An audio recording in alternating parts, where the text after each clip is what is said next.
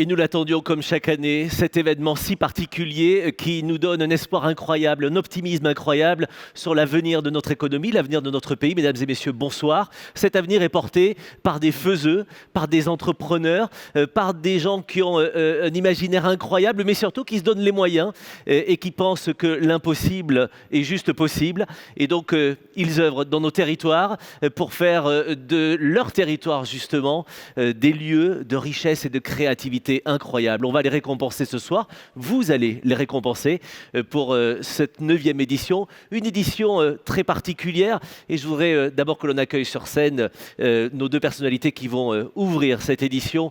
Marguerite Bérard pour BNP Paribas. Bonsoir Marguerite. Et bonsoir Jean-Christophe Tortora. Jean-Christophe, c'est vous qui chaque année nous réunissez. Alors, on a une frustration parce qu'on est tout seul cette année sur l'immense scène du Grand Rex que vous avez magnifiquement habillé. Mais je sais que ce prix a une place particulière dans votre vie d'entrepreneur et de patron de la Tribune. Merci Nicolas, bonsoir à toutes et à tous. C'est sûr que c'est une édition particulière. Tout d'abord, nous avons souhaité ici investir le Grand Rex. Ici, le Grand Rex, c'est la plus grande salle de cinéma en Europe. Ça nous projette, je l'espère, dans un futur très proche, quand on pourra refréquenter nos lieux culturels partout en France, dans nos salles de spectacle.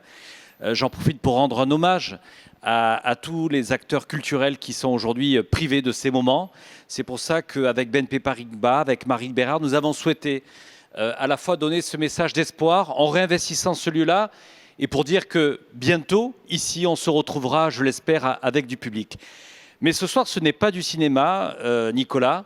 Ce sont des vrais entrepreneurs que nous allons récompenser, puisque 10 000 startups pour changer le monde a débuté avec les équipes de BNP Paribas et nos partenaires. Dès le 23 janvier, nous étions avec les entrepreneurs de La Réunion. Et puis nous avons mené ce concours qui est devenu en quelques années le concours le plus important en France. C'est la 9e saison, c'est mieux que Game of Thrones. Avec BNP Paribas et tous nos partenaires, je crois que cette année, le prix peut-être était encore plus important parce que je pense qu'on est dans un moment où il faut encore plus encourager, motiver nos entrepreneurs et être au plus près des territoires dans la proximité. Et nous avons parlé tout au long de la journée lors de ce Think Tech Summit de la relance par la tech notamment. Marguerite Bérard, je vous sais très attachée à ce monde-là, je vous sais très attachée aussi aux startups, aux gens qui créent, à ces entrepreneurs. Vous êtes une magnifique partenaire de cet événement, BNP est un magnifique partenaire. Un mot justement sur votre présence si précieuse depuis 8 ans auprès de la Tribune pour cet événement. Vous relancez-vous, vous soutenez cette relance économique sur les territoires.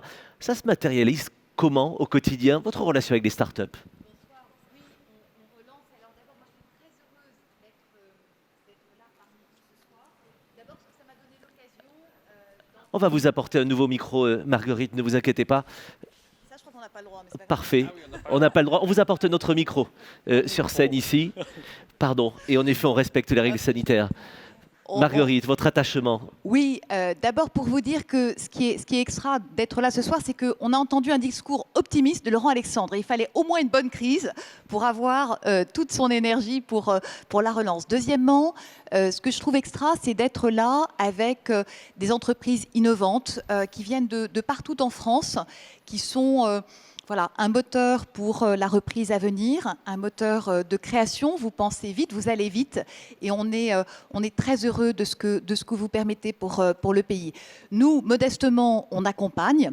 On est une banque, notamment une banque d'entreprise, mais on a un faible pour les entreprises innovantes. Ça fait une bonne dizaine d'années qu'on s'est dit, ces entreprises-là, il faut des banquiers qui les comprennent. Donc, il faut des banquiers partout sur le territoire. On en a une centaine dans nos centres qu'on appelle les Why We Are Innovation, parce qu'on se dit que vous avez des modèles de croissance, vous opérez dans des environnements, dans des technologies qui sont particulières, et donc vous avez besoin d'interlocuteurs qui vous comprennent et qui vous suivent.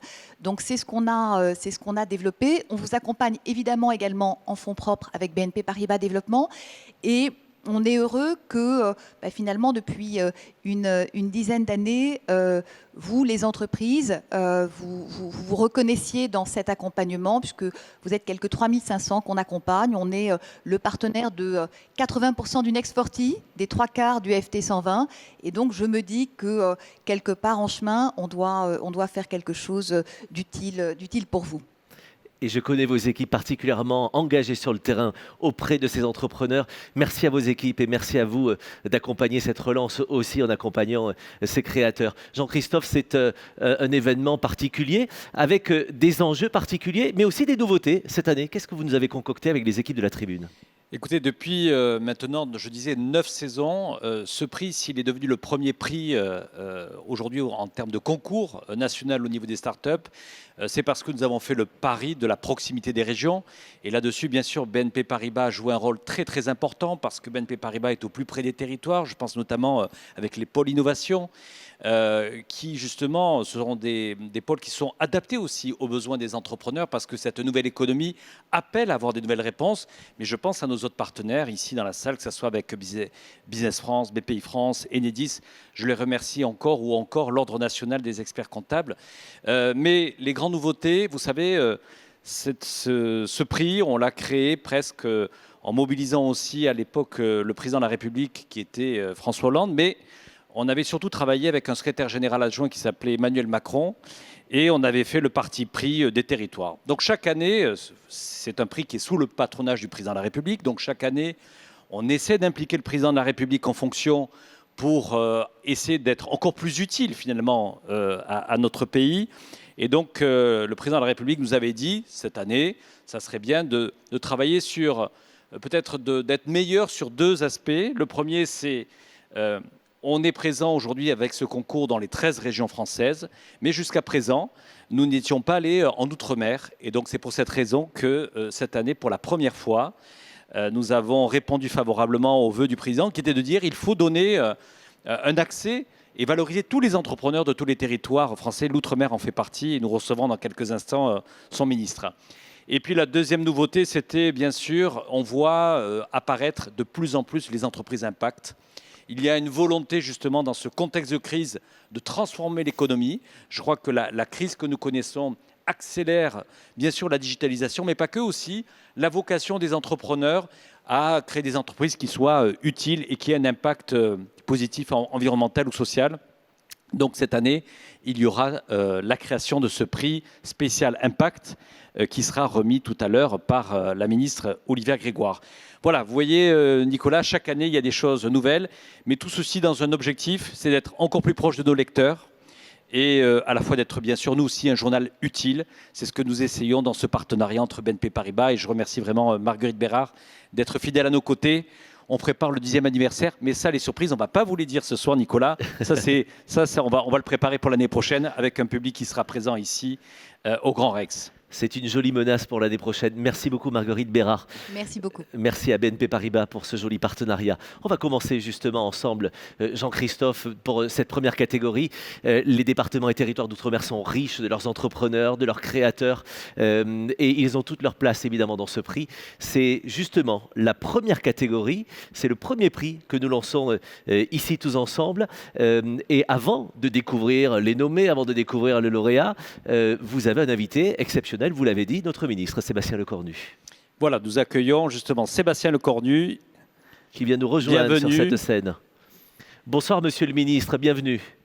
Voilà, tiens, Monsieur le ministre. Merci beaucoup. Bonsoir à tous. Bonsoir. Je tombe le masque en gardant les distances. En gardant les distances. Nous avons 4 mètres de distance les uns avec les autres, donc il n'y a pas de problème. Dans un environnement particulièrement vide, ce qui est impressionnant. Bienvenue en tous les cas, Monsieur le ministre. Comme je le disais, finalement, ce prix, qui est devenu le premier concours aujourd'hui en France par le nombre de candidatures, de mobilisation, c'est la première fois qu'on mobilise l'outre-mer. Certainement, c'était une séance de rattrapage parce que l'outre-mer avait toute sa place dans ce concours, certainement pour des questions, on va dire, logistiques, matérielles. Mais cette année, vous en avez donné la possibilité parce que je sais que lorsqu'on s'est rencontrés, vous nous avez dit toute l'importance que vous souhaitez attacher aux entrepreneurs de l'outre-mer qui nous regardent en direct ce soir, de leur donner une place forte, à la fois dans la capacité du gouvernement à les aider, à les soutenir, à valoriser des rôles modèles et puis bien sûr qu'ils contribuent aujourd'hui à la transformation de l'économie du pays. Et vous voulez leur donner un rôle important dans la relance économique de l'outre-mer et de la France. Oui, c'est indispensable. Merci de vous être intéressé à l'outre-mer. Pardon de mettre les pieds dans le plat, mais parler d'un Tour de France en oubliant les territoires ultramarins, c'est pas franchement un Tour de France. Et la chose est bien rattrapée avec la Guadeloupe et la Réunion. Je forme le vœu que l'année prochaine, on puisse se pencher sur d'autres territoires. Vous avez des startups dans le Pacifique qui sont absolument formidables. Évidemment, ne pas oublier la Martinique, la Guyane et même les tout petits territoires. C'est peut-être un peu plus compliqué à Wallis et Futuna, mais à Saint-Pierre-et-Miquelon, à Saint-Martin, à Saint-Barth, sur le tourisme, on retrouve évidemment beaucoup d'initiatives. Non, c'est important d'encourager les entrepreneurs en Outre-mer. Ils ont besoin de visibilité. Et en fait, à ce que je peux faire moi comme ministre, évidemment, il y a l'accompagnement fiscal, l'accompagnement d'ingénierie, on pourra y revenir sur les outils du plan de relance, mais enfin, il y a quand même une réalité, c'est lorsqu'on est sur une île, parfois une île à des milliers et des milliers de kilomètres de Paris, on a besoin de débouchés. Et il n'y a pas de débouchés dans la vie économique sans visibilité. Et donc, le fait d'intégrer les territoires d'outre-mer et de vous pencher sur ces entreprises participe à une des réponses importantes à leurs demandes et leurs revendications bien légitimes. Sébastien Lecornu, ce qu'on a remarqué peut-être justement parmi les nombreux candidats qu'on a identifiés, que ce soit à La Réunion, puisque c'est là où on a donné le coup d'envoi de notre Tour de France cette année, le 23 janvier, c'est qu'on a vu beaucoup d'entreprises orientées sur la transition écologique, un sujet que vous connaissez bien. Vous avez été dans le premier gouvernement aux côtés d'Édouard Philippe sur ces sujets-là. Justement, transition écologique, outre-mer, qu'est-ce qui vous a frappé justement en termes d'innovation chez ces entrepreneurs ? Ils ont un temps d'avance, ils sont loin de la métropole, mais ils ont un temps d'avance sur beaucoup d'innovations. Nécessité fait loi. Alors si on sort la Guyane, qui elle aussi a ses propres enjeux, l'insularité oblige les questions environnementales. La gestion des déchets sur une île, c'est différent que sur le continent. La gestion de l'énergie sur une île, c'est différent que sur le continent. La relation bien sûr à la mer et puis bien sûr la relation au phénomène de menaces climatiques. Tous les Outre-mer sont confrontés à un enjeu de résilience majeur. Quand ce n'est pas un risque volcanique, c'est un risque sismique. Quand ce n'est pas sismique, c'est bien évidemment des problèmes cycloniques, tremblements de terre, bref. Et donc effectivement, on a toute une génération de jeunes engagés qui se sont posé des questions. Chez moi, à Vernon, j'ai un Antillais bien connu qui s'appelle Gaël Musquet, qui a imaginé des solutions clés en main justement sur la prévention des risques, donc en faisant un peu la conjugaison entre transition numérique et transition écologique. On a beaucoup de grappes de PME, de start-up qui se penchent sur ces questions, notamment sur la biodiversité, sur la question évidemment des nanotechnologies. Je pense qu'un certain nombre d'entreprises ont concouru d'ailleurs dans ce registre-là. Il faut qu'on puisse arriver à les accompagner. Elles ont aussi besoin de visibilité, parfois dans leur environnement régional. C'est l'axe Indo-Pacifique, évidemment, pour la Réunion et Mayotte, ou pour les territoires du Pacifique. C'est aussi, bien sûr, pour la Caraïbe, la relation aux Amériques. Bref, ce soir, ça participe à donner cette visibilité-là pour accélérer les choses. Alors Nicolas, je crois qu'on a une surprise pour le ministre Sébastien Lecornu. Monsieur le ministre, on connaît votre proximité avec le président de la République. Vous l'avez accompagné lors du grand débat national, qui avait été justement une des solutions lors du mouvement difficile des Gilets jaunes. Donc vous avez fait le tour de France avec le président de la République. On avait envie, bien sûr, que celui qui est notre haut patronage d'Emmanuel Macron, on souhaitait qu'Emmanuel Macron ne soit pas très loin. Ce soir, on va vous montrer des images d'il y a quelques années, ici, sur la scène du Grand Rex. Et à l'époque, l'événement s'appelait 1000 startups pour changer le monde. On en rajoute un zéro, 10 000 startups. Et voici le message à l'époque d'Emmanuel Macron.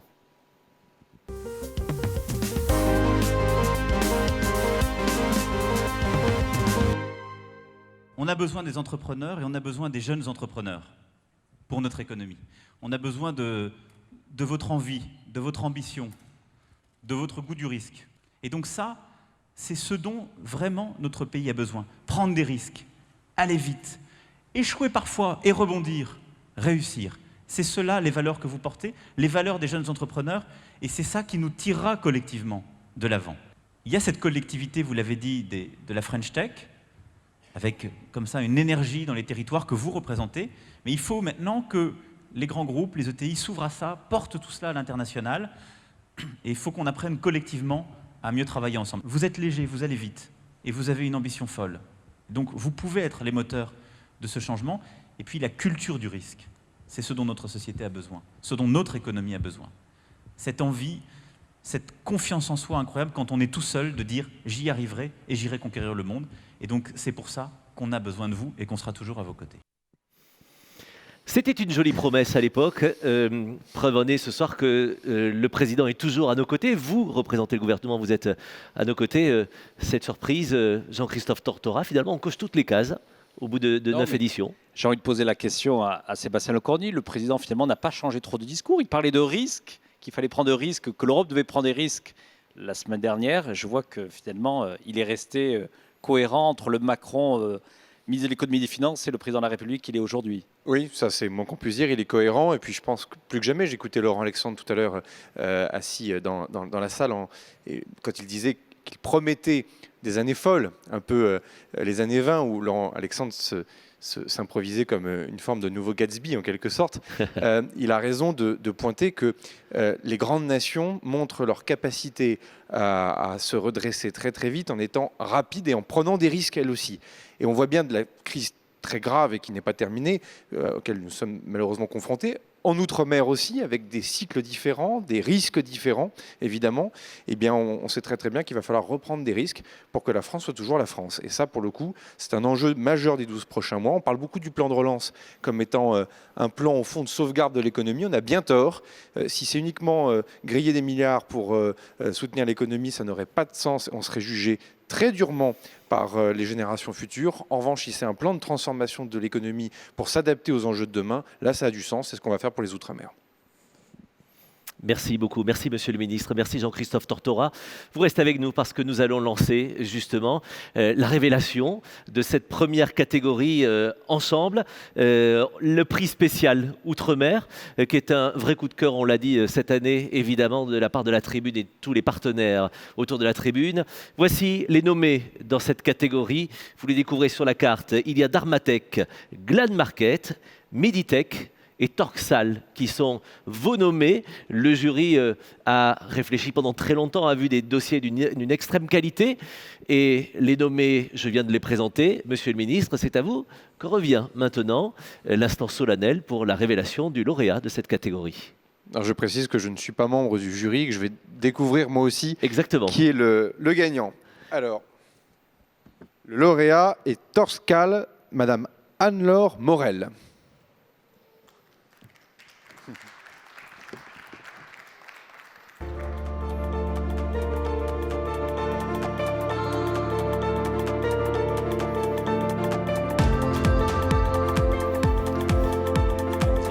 En fait, on va les...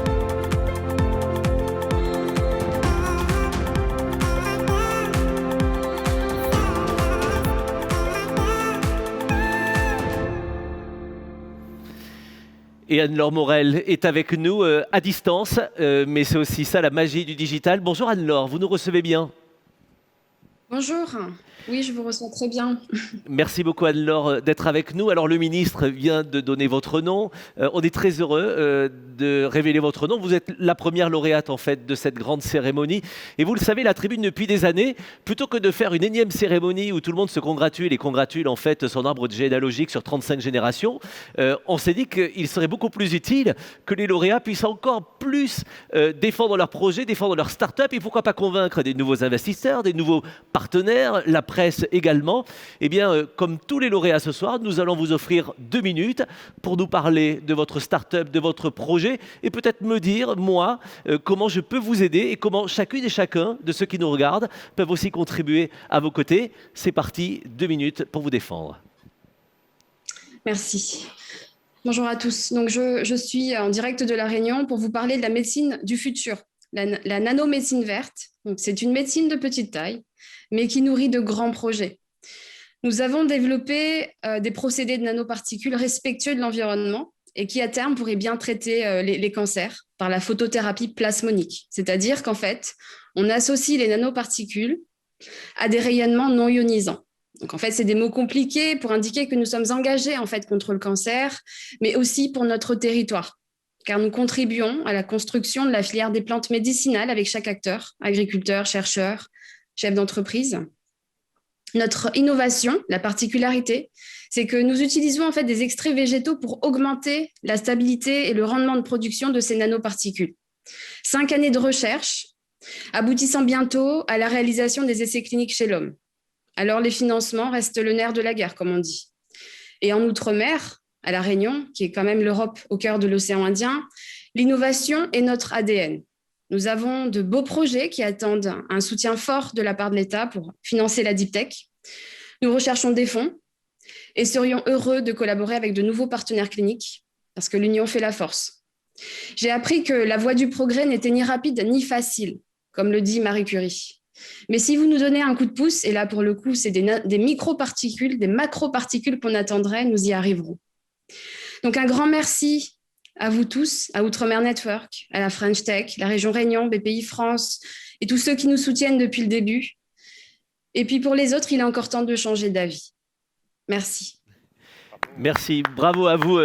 On n'est pas nombreux, mais on vous applaudit ici. Vous savez quoi? Restez avec nous. Le photographe va venir sur scène parce que comme vous êtes un peu loin, avec le photographe, monsieur le ministre et Jean-Christophe, vous allez vous mettre juste à côté, s'il vous plaît, d'Anne-Laure qui est ici sur un écran. Et on va faire une jolie photo pour qu'elle ait la photo au moins, à côté de son ministre, à côté de Jean-Christophe Tortora, qu'elle ait droit, elle aussi, à cette mise en valeur. Voilà, on va approcher un tout petit peu de l'écran, mais vous serez quand même à 2 mètres l'un de l'autre. Vous nous réservez le plus beau des sourires, s'il vous plaît, Anne-Laure. C'est vous la ministre, hein, sur la photo.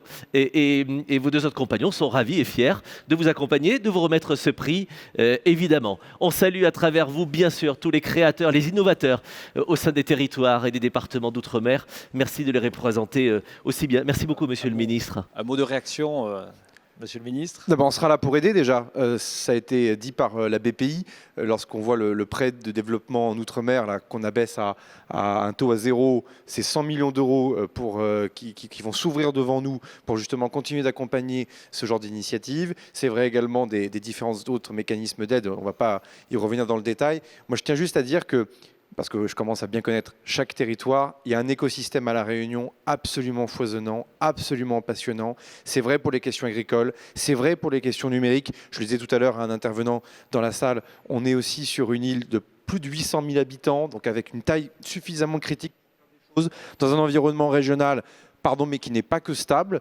Or, La Réunion est un pôle de stabilité avec Mayotte dans l'océan Indien et ça donne des perspectives aux investisseurs, notamment dans l'axe Indo-Pacifique dont je parlais tout à l'heure. Donc, quand Madame disait tout à l'heure, il y a besoin de financement. Il faut répondre évidemment présent. Le Conseil régional, dont c'est sa mission également, doit le faire.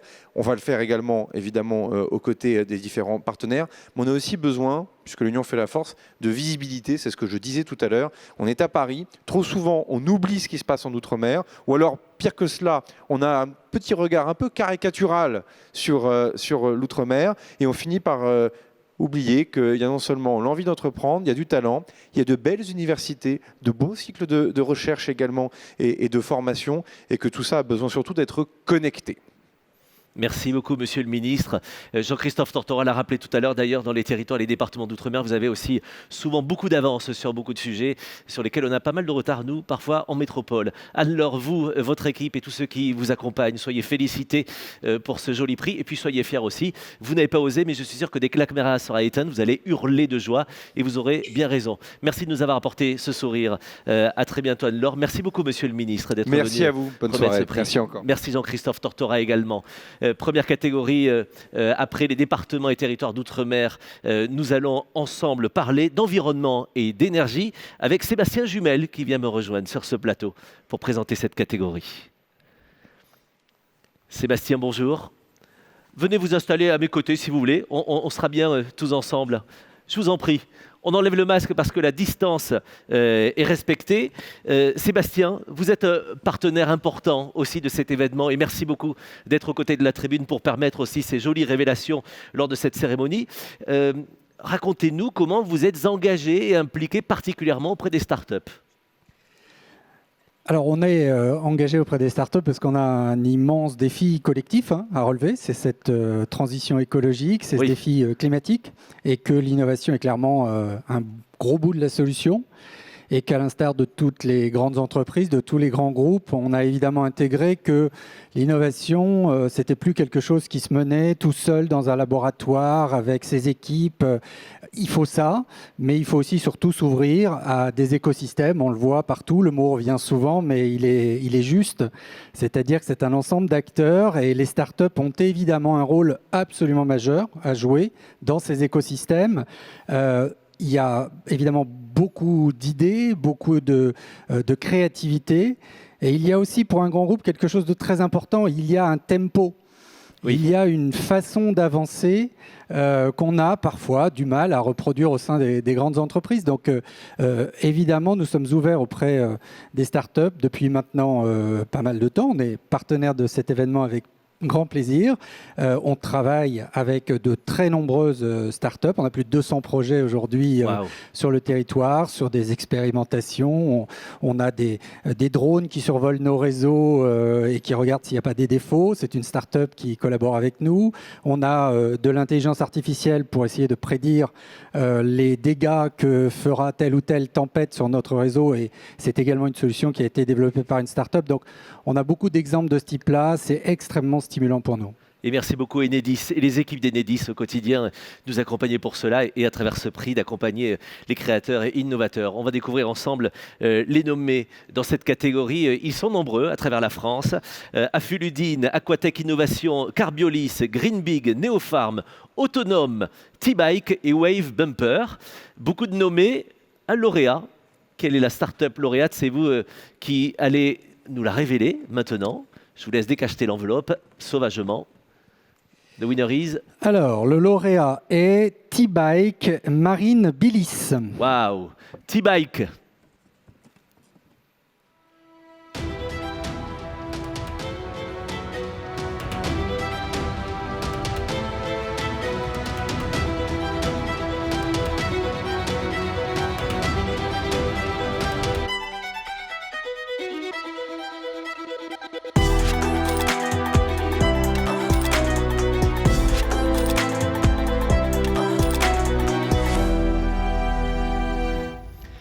Marine, sachez qu'à travers la France, on vous a applaudi, et pas que dans votre famille, même ici au Grand Rex, même si nous sommes très peu nombreux. On est ravis de vous recevoir sur ce plateau. Marine, la règle du jeu est la même pour tout le monde. On avait envie, en plus de ce prix, en plus des 50 000 € de visibilité, en plus de tout ce qu'il y a autour, de vous offrir cette tribune en direct sur la tribune.fr et auprès des milliers de personnes qui nous regardent. Une tribune de 2 minutes pour nous expliquer votre start-up et peut-être nous dire comment est-ce qu'on peut aussi vous accompagner dans vos projets. C'est parti.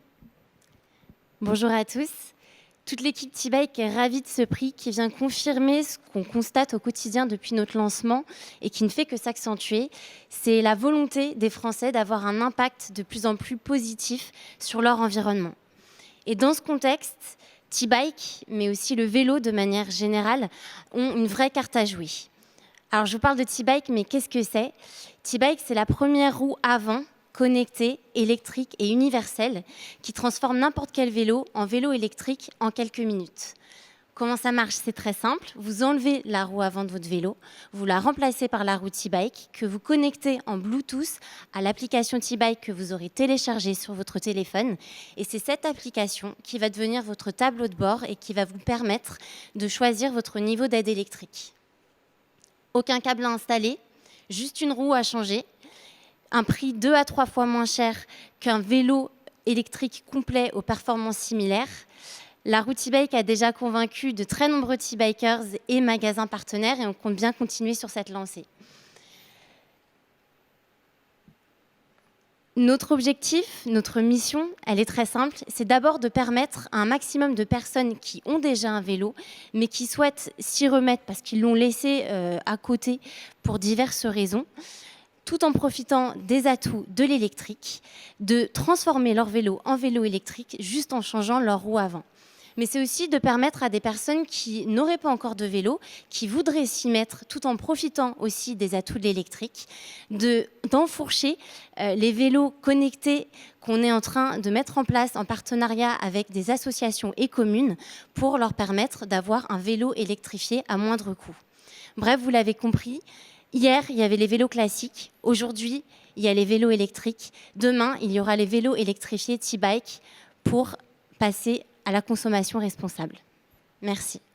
Merci beaucoup à vous, Marine. Et on vient vous apporter le trophée Évidemment, il est dans un coffret pour des raisons sanitaires. On vous laisse le prendre vous-même, mais ce trophée est pour vous, pour vos équipes, évidemment pour tous vos partenaires, ceux qui vous font confiance et ceux qui, je n'en doute pas, sont super fiers devant leur écran d'applaudir, de démolir les meubles en face de chez eux parce que euphoriques, et ils sont super fiers de vous comme nous. Merci infiniment. Merci aux partenaires Enedis d'accompagner aussi formidablement bien les startups et d'être venus le faire sur cette scène. Merci beaucoup madame, merci beaucoup monsieur. Autre catégorie maintenant, je vais vous parler d'industrie du futur et j'accueille la fabuleuse Kat Borlangan qui vient au nom de French Tech me rejoindre à votre place. Kat vient me rejoindre sur cette scène pour la catégorie suivante, industrie du futur. C'est parti. Merci, bonjour Kat. Bonjour. On s'est aperçu tout à l'heure lors de ce fameux Think Tech Summit aussi passionnant, Kat, toujours à l'écoute des startups et de celles et ceux qui font la France, l'avenir de la France et qui sont des super créateurs. Un mot sur votre partenariat si précieux, sur votre engagement au quotidien. Sur le partenariat, j'ai toujours été fan de 10 000 startups pour changer le monde. Ça nous arrange. Oui, donc ça c'est... Non mais quand même, je l'aimais déjà pas mal en 2019, mais je dirais encore plus en 2021. Je dirais pourquoi. Je pense que c'est parce que plein de gens pensaient vraiment que la French Tech allait sombrer pendant la crise. Ce qui est normal vu les effets absolument dévastateurs de Covid. Mais en fait, ce concours, tous les lauréats qui sont dedans, de Saint-Malo jusqu'à La Réunion, montrent à quel point la French Tech se bat. Elle se bat pas juste pour elle-même, en plus, elle se bat pour les autres. D'où le titre en fait de ce concours. Oui. Je pense que c'est toujours un des grands engagements de la Tribune, mais on est toujours très heureux de voir que la Tribune couvre l'écosystème, pas uniquement tel qu'il est, mais tel qu'il pourrait l'être. Et je pense que c'est ça qu'on voit dans ce concours. Exactement, beaucoup de dossiers fabuleux aussi qui sont porteurs d'optimisme et sont porteurs d'espoir aussi pour nous tous. Beaucoup de dossiers. Voici les nommés qui ont été choisis par le jury. C'est Feedbox.ai, Genezinc, il y a Keepit, Meanwhile, Scalog, Vitibot, Wavely. Mais quel est le lauréat? C'est vous, Kat, qu'elle est nous révéler le nom. Donc, le lauréat du prix Industrie du futur pour 2021 est Genezinc, représenté par Corinne Versini. Et Corinne vient nous rejoindre.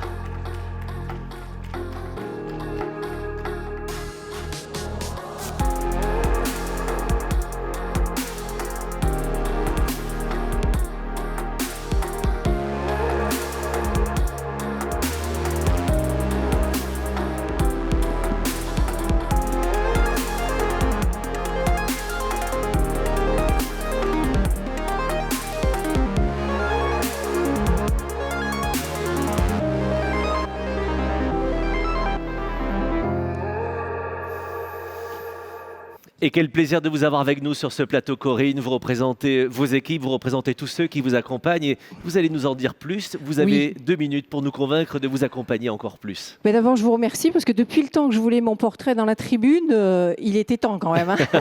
Voilà. Donc, ce que nous faisons, toutes nos équipes, ce que nous faisons des matières premières pour l'électronique et la communication. Alors, nous faisons des matières premières, mais un petit peu plus. Elles sont un tout petit peu plus performantes. Quand je dis un tout petit peu plus, c'est parce que je veux faire la modeste. Parce qu'on est, dans le pire des cas pour nous, 6 fois plus performant que les concurrents. Dans le meilleur, entre 10 et 20 fois plus performant que les concurrents. Donc, ça veut dire qu'on est plus léger, on est plus conducteur, on est plus flexible, on est un petit peu plus tout. Et puis, on ne fait pas que ça. On le fait de façon bien plus propre, parce qu'on n'a jamais de produits cancérigènes, mutagènes ou reprotoxiques. Donc, on est green. Ce n'est pas que des paroles, c'est aussi des actes. Et puis, on fait quelque chose qui est encore plus. Quand vous avez, tout le monde a dans sa poche un petit téléphone, comme ça, un petit smartphone. Vous avez là-dessus une électrode transparente. Et cette électrode transparente, elle est faite à base d'un produit qui s'appelle ITO en français. L'ingrédient principal, c'est de l'indium. Et l'indium, c'est un produit qui est assez rare et qui est produit, devinez où, principalement en Chine. Il y a 4 entreprises dans le monde qui sont capables de faire des électrodes transparentes indépendamment de l'indium et donc indépendamment de la Chine. Il y a une taïwanaise, 2 américaines et une française. Et devinez qui est la française? C'est Genezinc. Voilà. Donc, il y a beaucoup de gens qui parlent de souveraineté. Nous, on ne fait pas qu'en parler, on l'a fait. Alors, bien sûr, on cherche des financements, mais pas que ça. Moi, je préférerais franchement, si quelqu'un nous écoute et connaît des clients qui font du semi-conducteur du back-end ou du packaging, pas des jolis paquets, hein, pas de tag RFID, du packaging pour le semi-conducteur, et qui connaît mieux le patron de TSMC ou le patron de Foxconn, qui m'appellent, qui viennent me voir, parce que je suis sûre, comme j'ai ces concurrents qui sont plus petits, mais que j'ai ces concurrents comme clients, je suis sûre qu'on pourrait leur dire plein de choses et qu'on pourrait surtout leur vendre plein de choses. Voilà, merci. Merci à vous et je suis sûr qu'ils vont venir vous voir et pour vous retrouver sur la tribune.fr bien sûr. Vous recevez ce trophée juste derrière vous Corinne, pour vous et pour vos équipes. Kat, c'est toujours un bonheur d'entendre ces lauréats. Merci beaucoup. Vous allez prendre un moment pour la photo avec Kat juste après, auprès du photocall. On va respecter les consignes sanitaires. On va vous raccompagner toutes les deux. Merci beaucoup, mesdames, d'avoir été avec nous. On va continuer avec la catégorie suivante. Et cette catégorie, c'est data et intelligence artificielle. Et c'est Bertrand Geoffrey qui me rejoint sur cette scène au nom de Germain Moreau. Bonjour Bertrand. Bonsoir. Vous êtes super partenaire à nos côtés cette année pour cet événement tant attendu. Venez sous la lumière, vous la méritez aussi. Bonsoir à tous. Dites-moi votre plaisir d'être partenaire, d'accompagner en fait les startups et ceux qui font l'économie aujourd'hui sur les territoires. Alors nous sommes effectivement ravis d'accompagner la Tribune pour cet événement. Oui. Notre cabinet est un cabinet spécialisé en propriété industrielle. Nous sommes conseil en propriété industrielle depuis plus de 170 ans. Et nous accompagnons... Vous ne les faites pas. Non, merci beaucoup. Nous accompagnons au quotidien nos clients, entreprises, inventeurs, start-up dans la protection de leur propriété industrielle et intellectuelle, en particulier par le biais de brevets d'invention, de marques, de dessins et modèles. Et il nous semble qu'on parle beaucoup d'innovation aujourd'hui au cours de cet événement et notamment aussi dans le cadre du jury. L'innovation n'est rien s'il n'y a pas associé à cette innovation une protection de ces inventions, notamment par le biais d'une stratégie de propriété intellectuelle et industrielle efficace. Et il nous semblait important d'être présent aux côtés de la Tribune pour participer à cet événement, pour vraiment insister sur la nécessité de la propriété industrielle. Merci beaucoup d'être à nos côtés. Voici les nommés dans cette catégorie et qui représentent beaucoup de territoires en France. Allprime, Bodyguard, Datafolio, Level 3D, Parcours, Pollen Robotics, Spinion Technologies et Usen Lab. Si je ne l'ai pas prononcé comme il faut, pardon. Usen Lab. Et voici le nom du ou de la lauréate. Alors, dans la catégorie Data et IA, le lauréat est la société Spinion Technologies. Et j'appelle monsieur Daphné Ravelozona pour ce prix bien mérité. Daphné Ravelozona.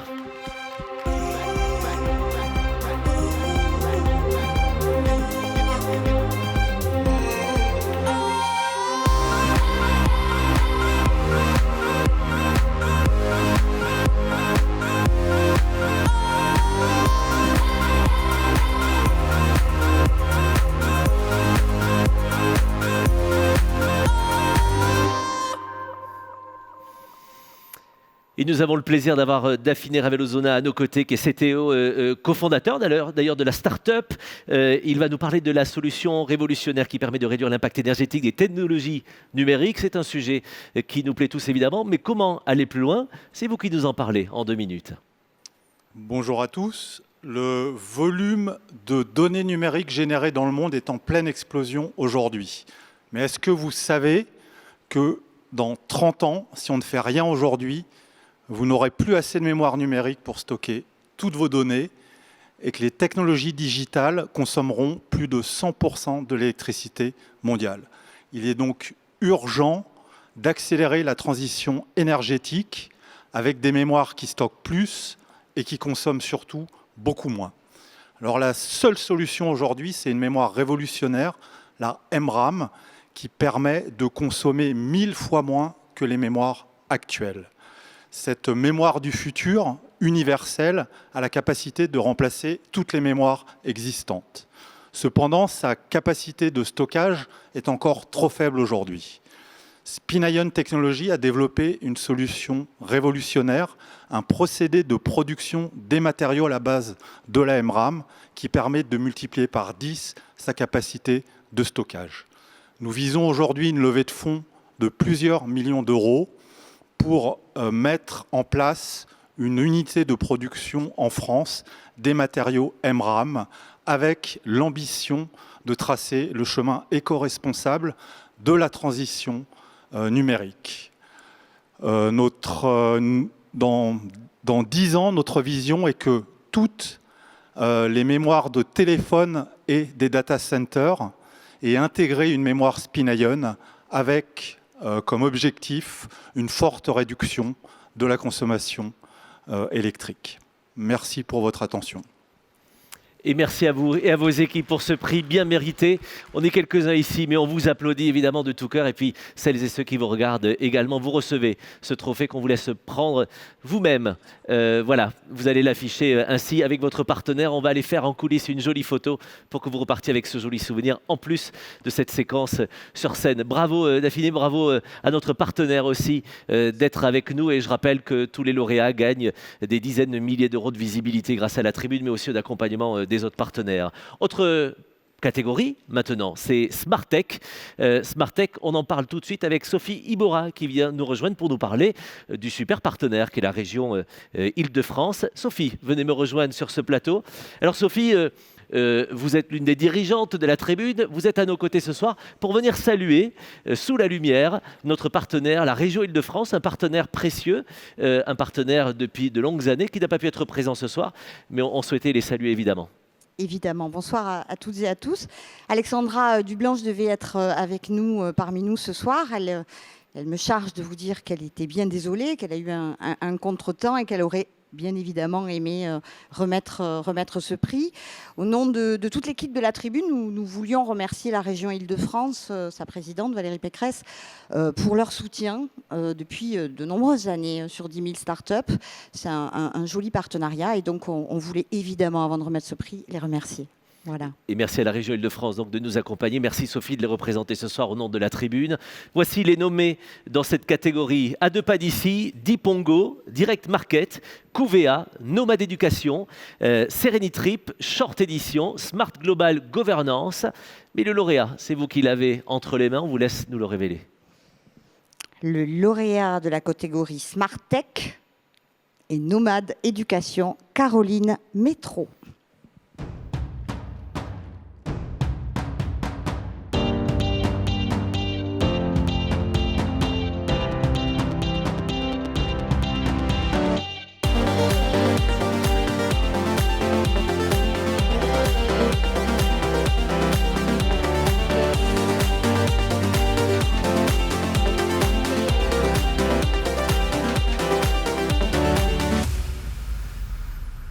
Et quelle jolie start-up, encore une fois, que vous allez découvrir, l'éducation gratuite pour tous, en France, mais aussi pour l'univers francophone à travers la planète. Caroline, vous avez 2 minutes pour nous en dire plus et peut-être vous aussi nous emmener avec vous dans votre aventure entrepreneuriale. J'espère. Bonjour, Caroline Métro, directrice associée de Nomade Éducation. Nomade Éducation a une mission qui est à la fois très simple et très ambitieuse, accompagner la réussite scolaire des jeunes, quel que soit leur niveau scolaire ou social, en France et en Afrique francophone. Les aider à être des citoyens engagés, conscients des enjeux de demain et surtout bien dans leur basket. Nous avons développé une application entièrement gratuite qui couvre les programmes du collège, du lycée et de l'enseignement supérieur. À travers des quiz, des podcasts et des mini-cours, nous favorisons l'ancrage mémoriel et l'interactivité. Nous venons d'être reconnus d'intérêt Covid-19 pendant cette terrible pandémie. Au cœur de cette pédagogie, la technologie. Lauréat du prix Innovation de la BPI, nous avons développé un programme d'IA et de machine learning pour permettre à chaque jeune de disposer sur son smartphone d'un programme sur mesure adapté à ses besoins pour que jamais il ne se décourage. Tel un coach, nous sommes à ses côtés au quotidien. Le marathon devient le bac, le programme d'abdos fessiers devient l'évaluation de mathématiques. Ce programme sera diffusé auprès de 4 millions de jeunes d'ici 2 ans en France et 5 millions d'ici 2 ans dans 25 pays d'Afrique francophone. Nous venons à ce titre d'intégrer la Coalition mondiale de l'éducation pour l'UNESCO.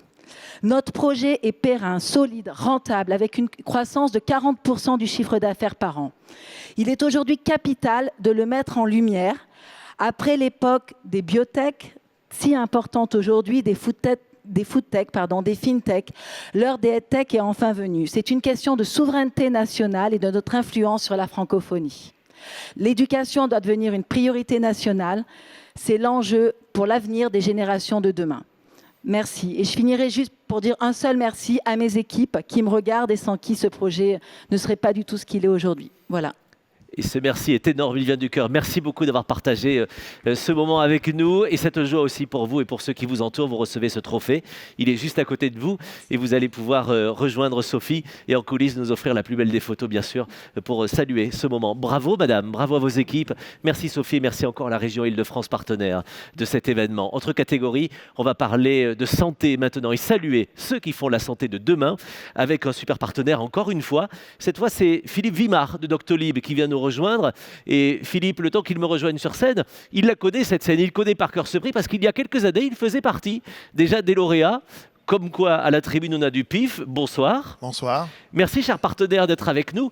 Juste un truc, vous étiez là il y a quelques années, en effet. Est-ce que ce prix vous a aidé dans la progression et la construction de Doctolib à l'époque?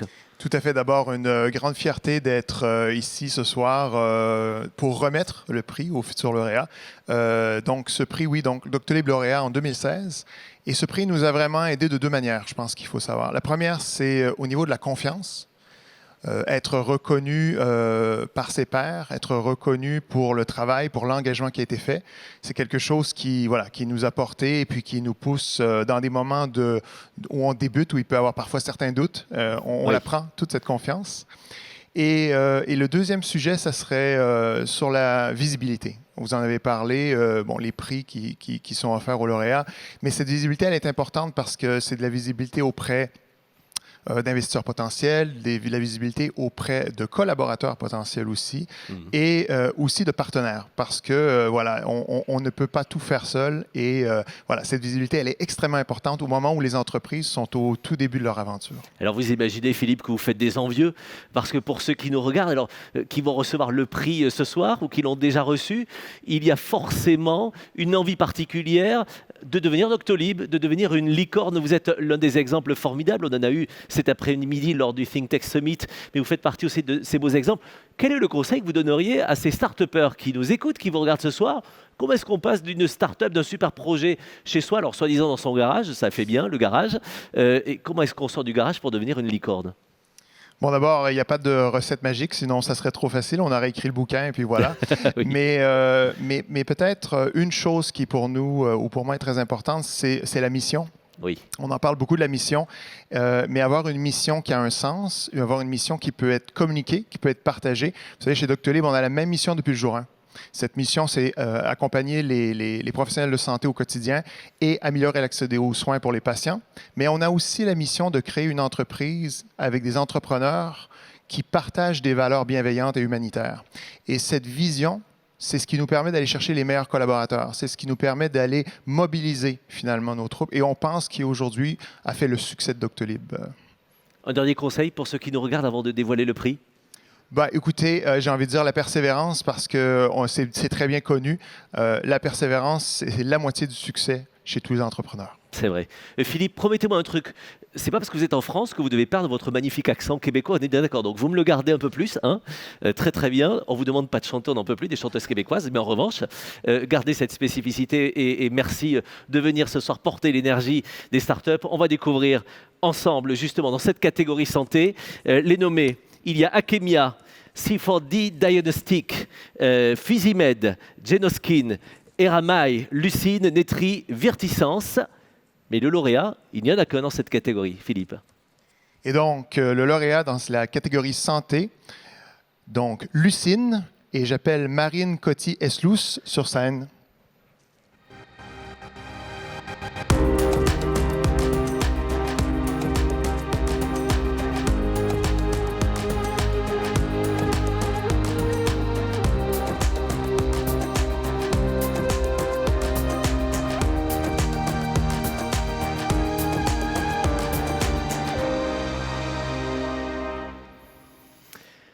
Marine, on est ravis de vous rencontrer et on espère surtout que la présence de Philippe sera de bon augure pour vous et pour vos équipes, qu'il va aussi vous porter chance. Mais vous avez d'ores et déjà un projet solide. Je vous laisse quelques instants pour nous le présenter et peut-être nous dire comment chacune et chacun d'entre nous peut vous accompagner. Une question que j'ai à vous poser. Souffrez-vous ou avez-vous un proche qui souffre de douleurs chroniques? Vous êtes plus de 70% derrière votre écran à avoir répondu oui à cette question. Et c'est tout à fait normal.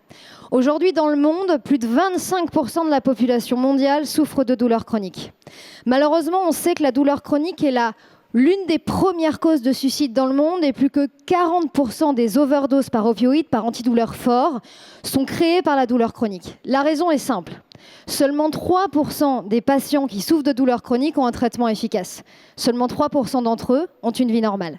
C'est notre raison d'être et c'est la raison d'existence de Lucine et de son traitement numérique. C'est une application mobile qui, grâce à la caméra de votre smartphone et à de la reconnaissance faciale, va pouvoir analyser et mesurer votre douleur en temps réel.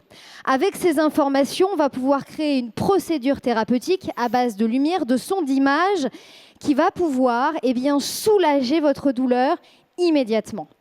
Alors, nous avons créé notre entreprise en 2017 et nous étions là, au Grand Rex, finalistes.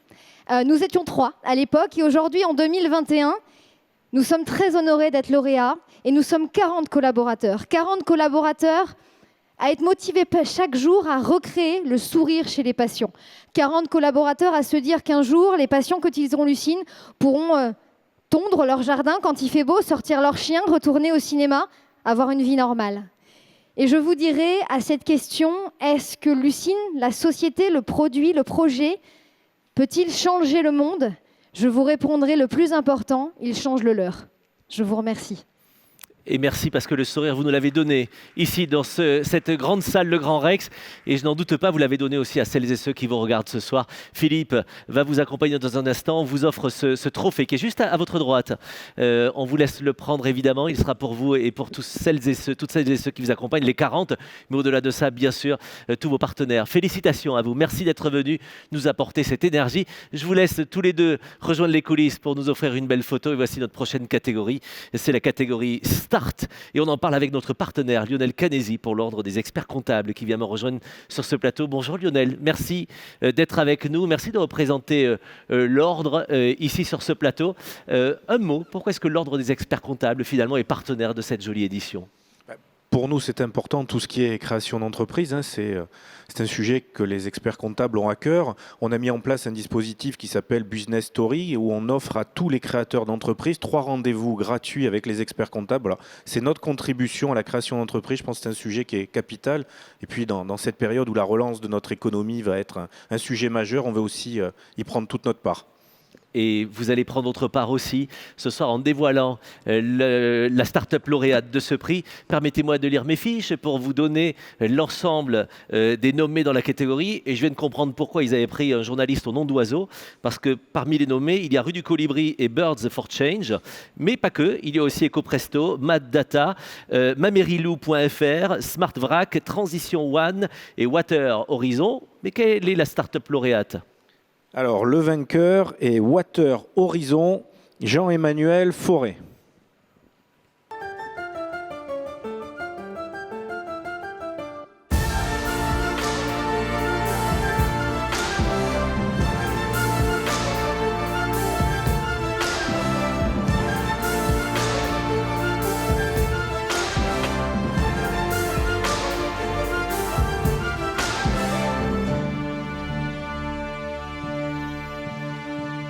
Quelle jolie surprise, je n'en doute pas Jean-Emmanuel pour vous et pour vos équipes.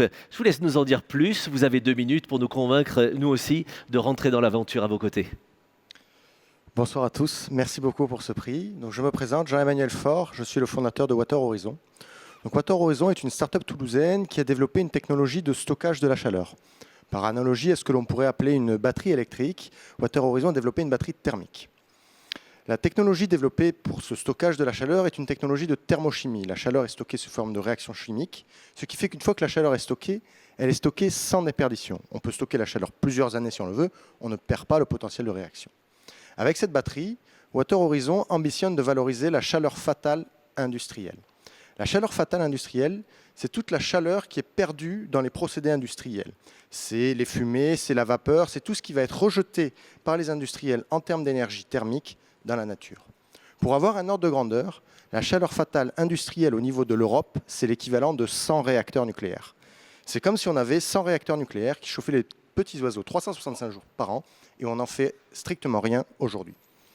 Avec sa batterie thermique, Water Horizon ambitionne de récupérer cette chaleur, la stocker dans la batterie. Une fois que la batterie est pleine, de transporter la batterie sur 10, 20, 30 km, des petites distances, afin de distribuer l'énergie stockée à un consommateur distant sous forme d'énergie renouvelable. Water Horizon ambitionne du coup de créer une économie circulaire autour des chaleurs perdues industrielles et ainsi valoriser ce qui aujourd'hui est une perte énergétique, une perte industrielle, en une énergie renouvelable en grande quantité pour les consommateurs.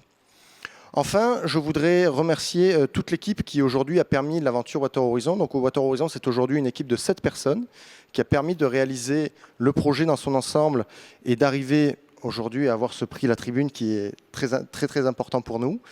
Et donc, sans eux, je pense que l'aventure n'en serait pas là aujourd'hui. Merci à tous. Félicitations à vous et à vos équipes à Toulouse, donc, qui vous accompagnent. Merci beaucoup. Il faut toujours des Toulousains pour gagner, même en équipe de France de rugby ou dans les startups, il faut le souligner. Merci pour ça. Vous recevez ce trophée qui est à votre droite. Il est pour vous et pour toutes celles et ceux qui vous accompagnent. Et vous allez rejoindre votre partenaire, Lionel Canesi, qui est un super partenaire à nos côtés. Merci à vous et à tous les experts comptables qui vous accompagnent. Messieurs, je vous laisse aller en coulisses ensemble pour fêter cela et prendre la plus belle des photos. Évidemment, vous l'aurez vu, on respecte toutes les distances sanitaires, dans le respect évidemment, pour surtout reprendre vie très vite dans des vrais événements avec du public. Autre catégorie, alors le jury chaque année, en fait il ne peut pas s'en passer, il a forcément un coup de cœur. Et bien ce coup de cœur, on en parle avec notre partenaire coup de cœur, c'est BNP Paribas, et c'est Marguerite Bérard qui vient me rejoindre sur ce plateau pour dévoiler avec nous le coup de cœur de cette édition 2021. Marguerite Bérard, il y a 51 finalistes cette année. Donc un coup de cœur, forcément, moi j'avais un coup de cœur particulier. C'est qu'il y a cette année de plus en plus de femmes dans cette édition, jamais assez, mais déjà beaucoup. Et je voudrais souligner le fait que BNP Paribas, vous êtes en pointe depuis des années pour accompagner l'entrepreneuriat féminin. C'est quelque chose qui vous tient à cœur? Oui, c'est un très beau palmarès, ça me réjouit beaucoup. Je crois que c'est le reflet du dynamisme de l'entrepreneuriat des femmes en France. Il ne faut pas non plus se voiler la face. Les progrès restent timides. Si je regarde le monde des startups, 85% des startups qui sont financées sont dirigées par des hommes et ça représente 90% des fonds disponibles. Donc, on a encore de la marge. Du coup, on se soigne. D'abord, nous, ce qu'on a voulu faire, c'est depuis quelques années, depuis 2017, avoir un réseau qu'on a appelé Connectors, qui sont des référents, des référentes sur l'entrepreneuriat féminin, là encore partout en France, pour accompagner des femmes du moment où elles ont une idée, un projet, jusqu'au moment où elles vont le pitcher, rechercher des financements, rechercher des contacts, pour être là à toutes ces étapes de leur création. Et puis aussi, on consacre au moins chaque année 2 milliards d'euros de financement, de crédit, pour des sociétés dirigées par des femmes, parce qu'on se dit qu'on ne va quand même pas se priver de la moitié de l'humanité. Évidemment. Et merci de les accompagner aussi bien. 51 finalistes dans cette édition exceptionnelle, mais le jury a tranché pour remettre un prix coup de cœur. C'est vous, Marguerite Bérard, qui allez nous révéler le joli nom de notre jolie lauréate ce soir. Alors, notre coup de cœur, c'est Carbiolis, dirigé par Nadia Auclair.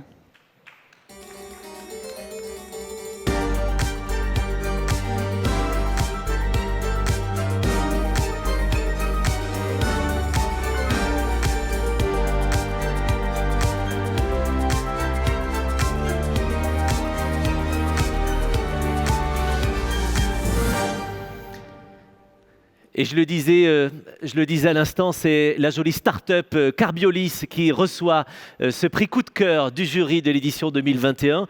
Bonsoir Nadia, c'est à vous que revient l'instant important de nous expliquer ce qu'est Carbiolis, ce que vous faites et comment peut-être chacune et chacun d'entre nous pouvons vous accompagner.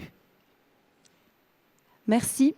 Bonsoir. J'imagine que comme la majorité des Français, vous mangez des yaourts, mais savez-vous que leur pot en plastique n'est pas recyclé et qu'il finit soit en décharge, soit en fumée? Quand on sait que rien qu'en France, on en consomme 16 milliards par an, il devient urgent de trouver une solution responsable à ces déchets plastiques. Pour autant, remplacer le plastique par un matériau comme le verre, plus lourd, ne fait que déplacer le problème sans le résoudre. Alors, chez Carbiolis, nous avons trouvé la solution qui permet de combiner les avantages du plastique tout en effaçant son impact négatif sur l'environnement. Pour cela, nous avons développé une solution unique à l'échelle mondiale qui rend les emballages du quotidien entièrement biodégradables et compostables, même dans un composteur de jardin. Concrètement, notre solution prend la forme d'un additif qui est intégré au moment de la fabrication de l'emballage pour le rendre biodégradable quand il est dans le compost. Ainsi, notre fameux pot de yaourt, avec notre additif à l'intérieur, va se transformer en compost en moins de 200 jours. C'est plus rapide que les feuilles de chêne au fond de votre jardin. Pour que vous puissiez mesurer l'impact de notre solution, avec 1 tonne de notre additif, c'est 20 tonnes de déchets plastiques en moins. Ainsi, pour notre fameux pot de yaourt, notre ambition d'ici 2025, c'est de supprimer 5 milliards de pots de plastique non recyclés. Donc vous l'avez compris, avec Carbiolis, c'est un petit pot pour l'homme, mais un grand pas pour la planète. Donc merci pour ce prix coup de cœur et bravo à mes équipes. Bravo, vraiment. Vous avez fait le jeu de mots, je me permets, c'est beaucoup de peau pour nous ce soir, surtout de vous avoir rencontré, de vous avoir écouté. Bravo à vous vraiment et à vos équipes. Vous recevez ce trophée qui est à votre droite, qui vous est remis ce soir.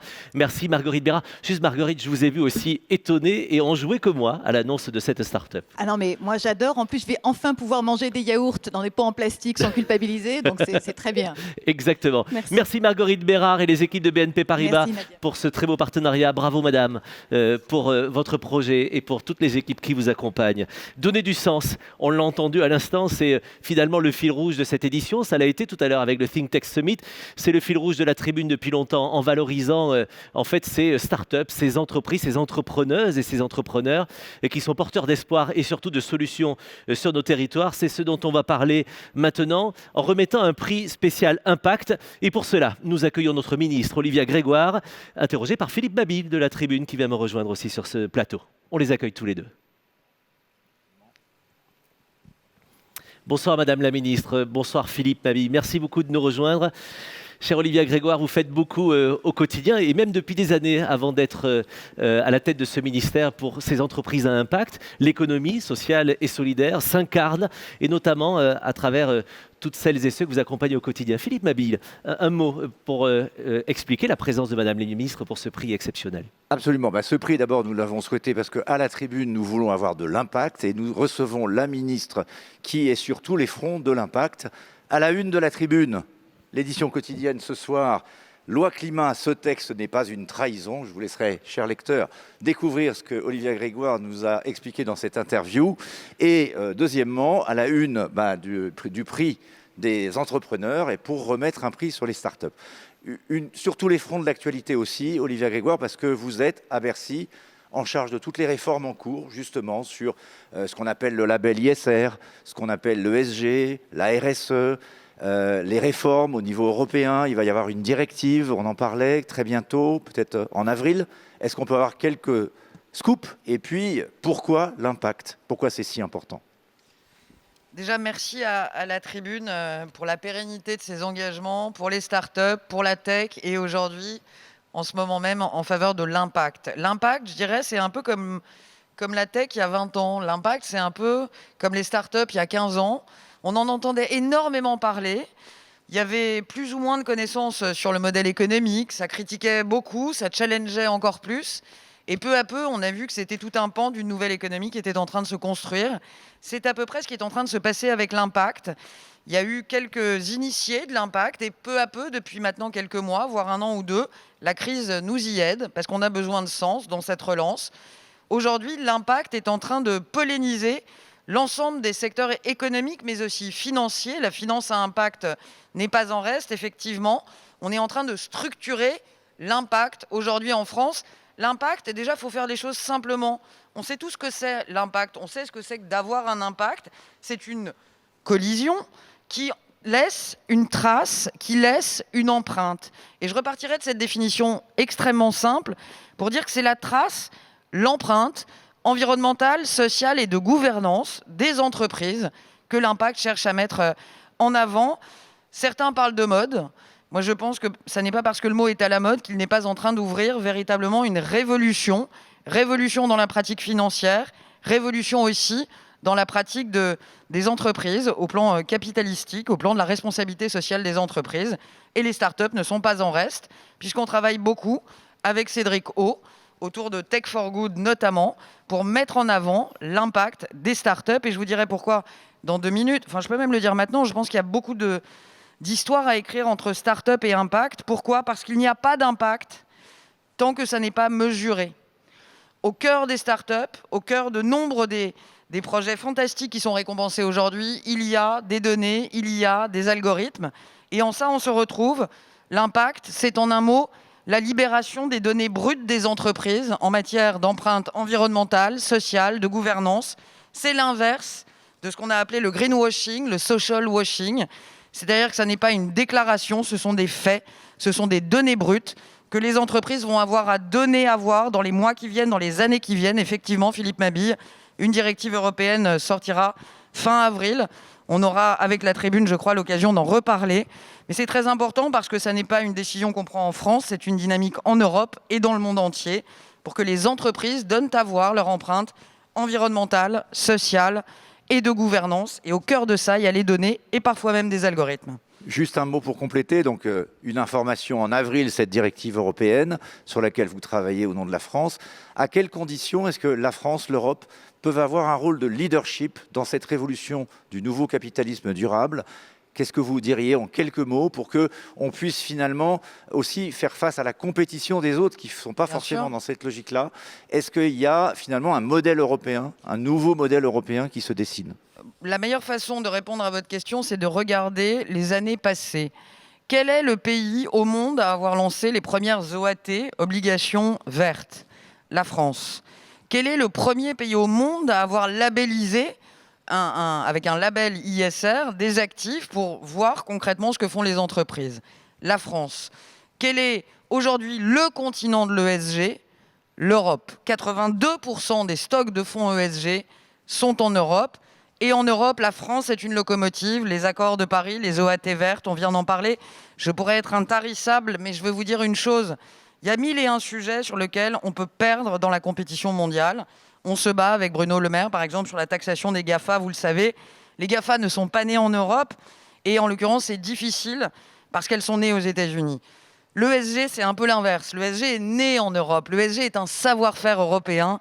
De grâce, soyons un peu offensifs. Croyons en nous-mêmes, portons ce combat. Il faut que nous ayons une norme européenne sur un sujet qui est un sujet de connaissance européen.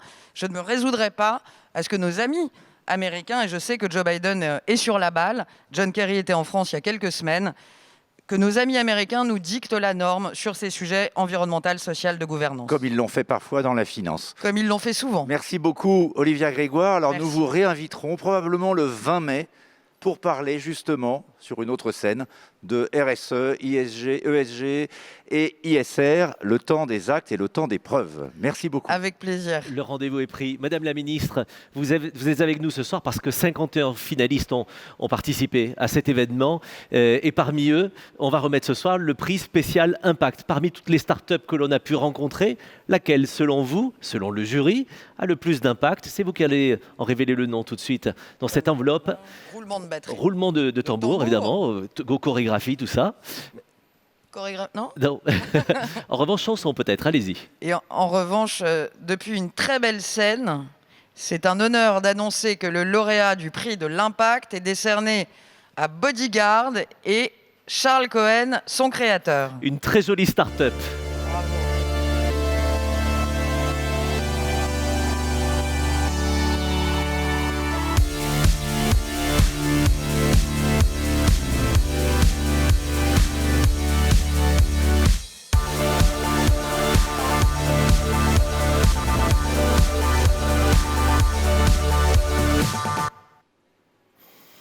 Beaucoup Beaucoup de questions derrière cette appellation. Est-il bodyguard lui-même? Il va nous expliquer. En tout cas, très très jolie start-up qu'il représente ce soir et qui reçoit ce prix spécial Impact. 2 minutes pour vous convaincre aussi qu'on peut avoir de l'impact, par exemple, en l'accompagnant dans cette jolie entreprise. Bonsoir à tous, merci beaucoup la Tribune pour ce prix. Alors chez Bodyguard, on est parti d'un constat simple, je pense connu de tous, c'est le cyberharcèlement, la haine en ligne, les contenus haineux, les menaces de mort sur les réseaux sociaux, qui touchent à la fois les particuliers, les individus, en faisant des dégâts moraux, parfois irréversibles, des dégâts parfois physiques, et qui touchent également les entreprises. Donc ce qu'on a fait, avec ma belle petite équipe de 25 personnes basée à Nice maintenant, salut à elle, c'est qu'on a développé une technologie qui repère ces contenus haineux sur Internet avec une précision de plus de 90%. Cette technologie-là, on l'a prise et on l'a mise dans une application mobile qui s'appelle Bodyguard et qui protège en temps réel individus et particuliers des contenus haineux. On protège déjà plus de 60 000 personnes en France et on est très content de ça. Mais on s'est rendu compte que les entreprises avaient le même problème de modération, de protection. Donc on a ouvert la même technologie pour les entreprises et on aide maintenant n'importe quelle entreprise à modérer, protéger l'entièreté de ces plateformes, c'est-à-dire qu'on modère et on protège à la fois les réseaux sociaux de nos clients, on protège et on modère également les employés, les dirigeants, les joueurs de foot, les journalistes de nos clients directement sur leurs réseaux sociaux et pour certains de nos clients qui ont un site internet, un forum, un blog, un serveur de jeux vidéo, une application mobile avec des contenus générés dans cette plateforme-là, on va également l'aider à la modérer, à la protéger grâce à notre technologie. Voilà. Merci à tout le monde. Merci beaucoup et bravo à vous parce Merci que, beaucoup. Madame la Ministre, je vous ai vu interpeller pendant son pitch. Juste quelques mots, c'est essentiel ce qu'il propose. D'abord, c'est essentiel et bravo pour la qualité de votre expression. Ce qui se conçoit clairement, s'énonce clairement. Vous connaissez la suite, mais c'était clair comme de l'eau de roche. Merci. Ensuite, l'impact, vous le démontrez bien, c'est avoir une empreinte, laisser une trace positive au sein de son environnement, au sein de la société. Et vous démontrez avec Bodyguard qu'on peut avoir un impact, une empreinte sociétale positive par la tech. Donc c'est un très beau modèle. Sans parler de l'équipe, 25 personnes, c'est quand même assez impressionnant pour une structure qui est assez jeune encore. Donc tous mes voeux de bonheur. Et ça m'impressionne parce que vous êtes quand même une génération qui est aussi jeune qu'efficace. Et bravo pour l'idée et surtout sa mise en œuvre. Merci beaucoup. C'est aussi intéressant de montrer qu'on peut avoir un modèle hybride, avoir à la fois un impact, mais également avoir de l'ambition, des revenus, monter une équipe, peut-être aller à l'international. C'est aussi important de le rappeler et de prouver que parfois c'est possible. En tout cas, merci beaucoup. Impact et performance vont ensemble et vous le démontrez. Et on sait, Olivia Grégoire, c'est aussi votre combat quotidien. Merci beaucoup. Madame la Ministre, restez avec moi quelques instants. Recevez, Charles, ce trophée pour vous. Évidemment, toutes les équipes qui vous accompagnent, vous retrouvez tous nos lauréats sur latribune.fr et très bientôt dans la Tribune, puisque chaque lauréat gagne une visibilité incroyable à travers le journal. Charles, on va vous retrouver avec Philippe, avec toute l'équipe dans quelques instants. Je vais vous laisser aller en coulisses. Olivia Grégoire, restez avec moi pour accueillir Jean-Christophe Tortora. Philippe, merci infiniment. Jean-Christophe Tortora vient nous rejoindre avec Olivia Grégoire pour clore cette cérémonie, mais ce n'est pas tout à fait terminé parce que dans quelques instants, on a le fameux After Work que je regarde chaque semaine en fait avec Laura du Web, mais ce soir, ce sera en direct du Grand Rex. Jean-Christophe, je vous ai vu très satisfait depuis le début de cette édition. Beaucoup de beaux enseignements et de beaux lauréats. Oui, on est heureux, Madame la Ministre. Merci en tous les cas de votre présence ce soir. Comme on le voit, on est face à une crise, mais ce qui nous fait peut-être un peu de baume au cœur, c'est de voir cette économie se transformer positivement grâce à l'engagement de cette nouvelle génération d'entrepreneurs. Et c'est la 9e saison, ce 10 000 startups pour changer le monde. On a vu tout à l'heure une vidéo souvenir d'Emmanuel Macron qui donnait une sorte de trajectoire. Je trouve que finalement, 5 ans après, ce qu'il avait souhaité, l'évolution de la French Tech, des entreprises à impact, en tout cas, dans la crise, il y a des choses très positives. Et je partage ça avec, bien sûr, Marguerite Bérard et toute l'équipe BNP Paribas parce que depuis le 23 janvier, nous avons constitué une équipe de France avec BNP Paribas. À la fois, et je tiens quand même à remercier nos partenaires sans qui nous aurions pu faire toute cette tournée dans toutes les régions françaises. Et ce top départ qui a été donné à l'île de la Réunion le 23 janvier dernier. Merci donc à Business France, à BPI France, à Enedis, à l'Ordre national des experts comptables, à Louis Moreau, mais également, j'en oublie certainement, à d'autres entreprises partenaires qui se sont associées voilà, à cette 9e saison. On a envie de se retrouver dans 1 an avec un public chaleureux. J'espère que le plan vaccinal, la campagne de vaccination sera derrière nous, que la relance économique sera au plus fort pour notre pays, pour les entrepreneurs et bien sûr au service de tous les territoires. Juste un mot, Jean-Christophe Tortora et Madame la Ministre. Ce n'est jamais assez, Marguerite Bérard le rappelait il y a quelques instants. Pour autant, ce soir, 6 lauréates sur 9 sont des femmes. Et d'ores et déjà, on peut s'en réjouir, même si ce n'est qu'une seule fois. Il va falloir faire encore plus, mais c'est d'ores et déjà un exemple à suivre. Ça n'est certainement pas moi qui contreguirais Marguerite Bérard, qui sait de quoi elle parle. Et elle a bien raison, on part peut-être de plus loin et ça fait d'abord plaisir. On ne va pas bouder notre plaisir dans des moments difficiles de voir des femmes avoir rejoint la tech, des femmes avoir rejoint la tech et prendre le risque, monter leur structure. Tout ça fait quand même très plaisir. Il nous reste néanmoins, et elle a fort raison, pas mal de boulot et peut-être même parfois des dispositifs à mettre en place spécifiquement à destination des femmes entrepreneurs. J'en parlais il y a encore pas très longtemps, le 8 mars dernier. Je sais qu'il y a beaucoup de VC, d'investisseurs au féminin, je pense à Sista notamment, qui se mobilisent pour accompagner l'investissement dans les entreprises créées par des femmes. Il nous faut peut-être aller un peu plus loin et faire encore plus. On part d'assez loin et c'est un combat qui n'est jamais terminé.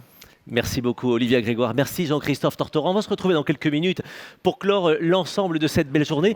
J'ai l'habitude sur latribune.fr. Nicolas, juste, je voulais préciser, parce qu'il ne s'agit pas d'oublier quand même certains partenaires, bien sûr, de remercier vraiment toute l'équipe de French Tech qui s'est mobilisée et à sa directrice générale, à Kat, qui est parmi nous dans la salle ce soir. French Tech a mis tout son talent, toutes ses équipes avec les équipes de la Tribune. Remercier Germain Moreau également. Voilà, ça faisait partie de cette équipe de France, c'était important de le dire. Et puis bien sûr remercier les équipes de la Tribune qui ont contribué avec tout le talent de nos journalistes de la rédaction pour cette 9e saison, qu'elle se crée dans les meilleures conditions. Et puis, comme je vous l'ai dit, on reviendra ici avec un public chaleureux l'année prochaine. Sous le patronage du chef de l'État, du président de la République, mais aussi avec la présence aujourd'hui de 3 ministres qui étaient à vos côtés. Cédric O était avec nous, Sébastien Lecornu, Olivier Grégoire. Merci beaucoup. Et la région Île-de-France. Et bien sûr, la région Île-de-France.